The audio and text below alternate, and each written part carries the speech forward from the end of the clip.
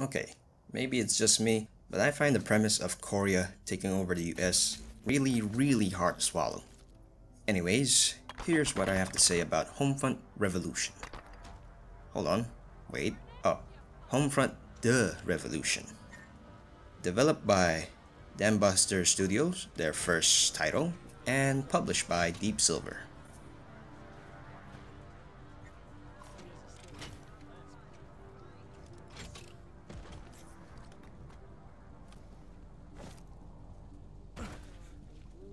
You play as Ethan Brady, a quiet protagonist who had just joined this resistance against their North Korean dictators.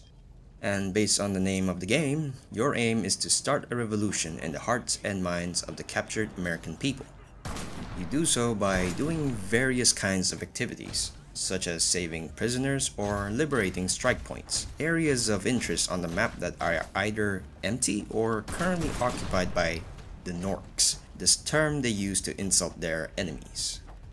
While the straightforward kill-em-all strike points were easy, especially because of brain-dead AI and the variety of bombs and weapons that can make even a very fragile yet deadly one-man army, it's the other type of strike points that I genuinely enjoyed the most.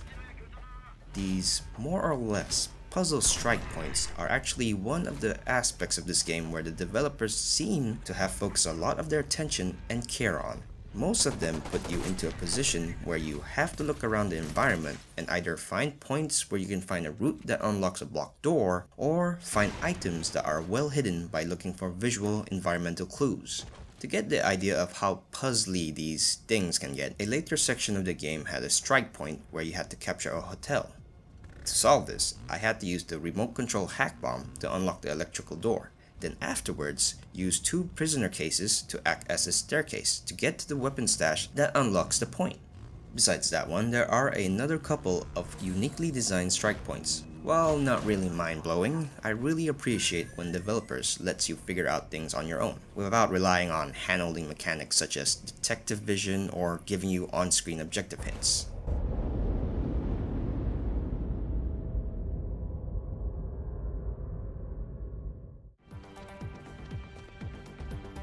There were a bunch of things in the game that acted as red flag warnings about the overall quality of it. First and foremost, the fact that while the game was marketed as open world, the gameplay tells a different story.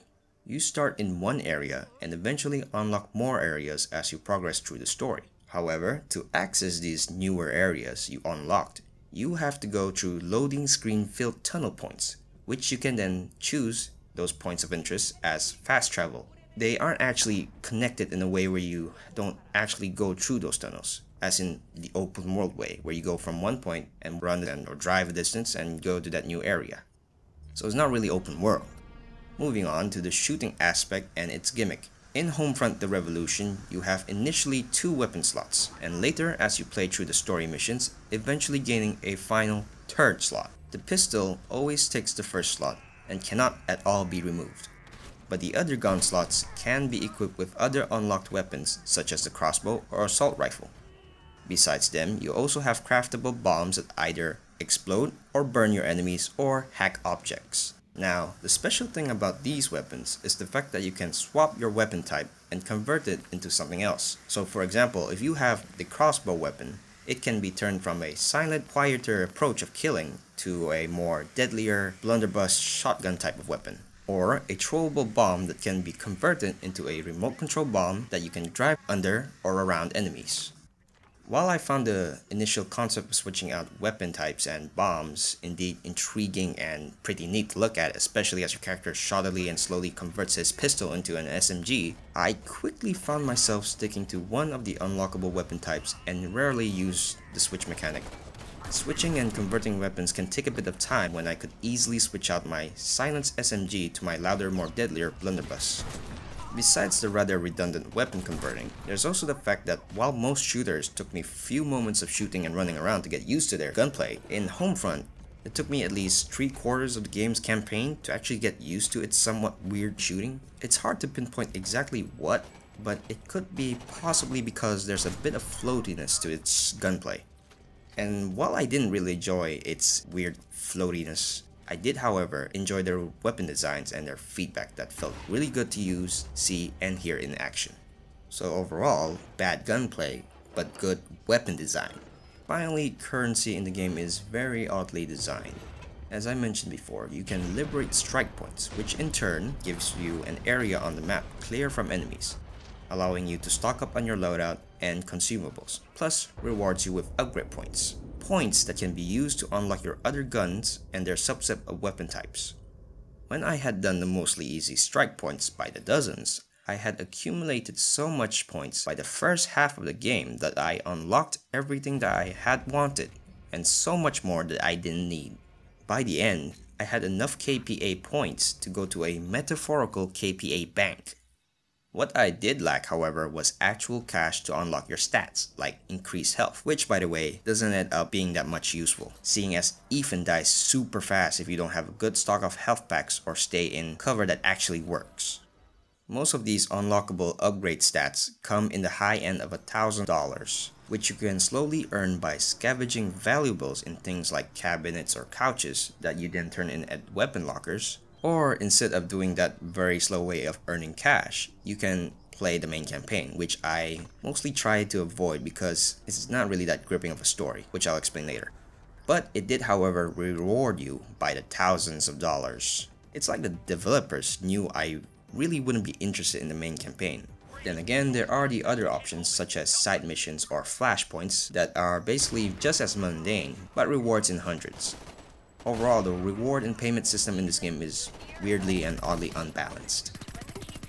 They assaulted it and killed everyone inside. If you can secure it again, we might be able to make rest.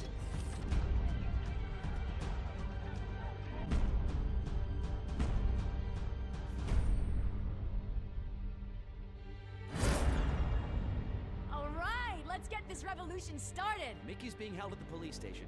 You need to get over there and bust him out if we're gonna get into City Hall.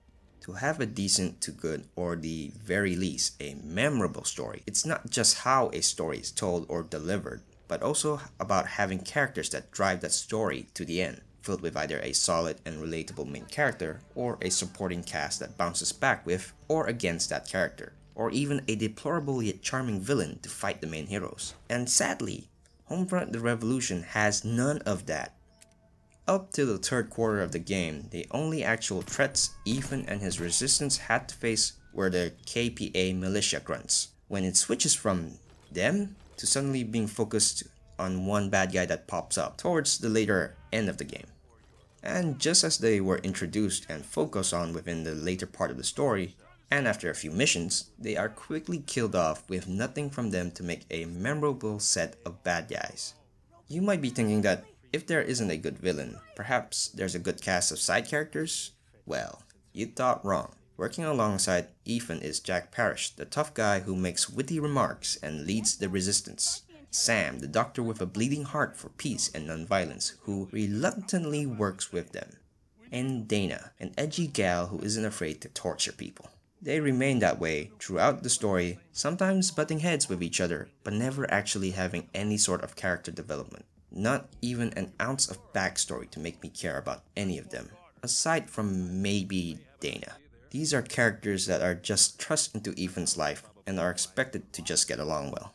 Whatever I said about them also applies to Ethan himself. Hell, Walker, the one important target throughout most of the earlier parts of the story, didn't feel all that important to the people. Besides, oh no, our glorious hero figure has been taken. Oh well. Sentiments from random NPCs and the resistance. Lastly, this might be on me, seeing as I've never heard of these kind of accents or at least get used to them, but I found the overall voice acting another factor that made this rebellion something to forget about.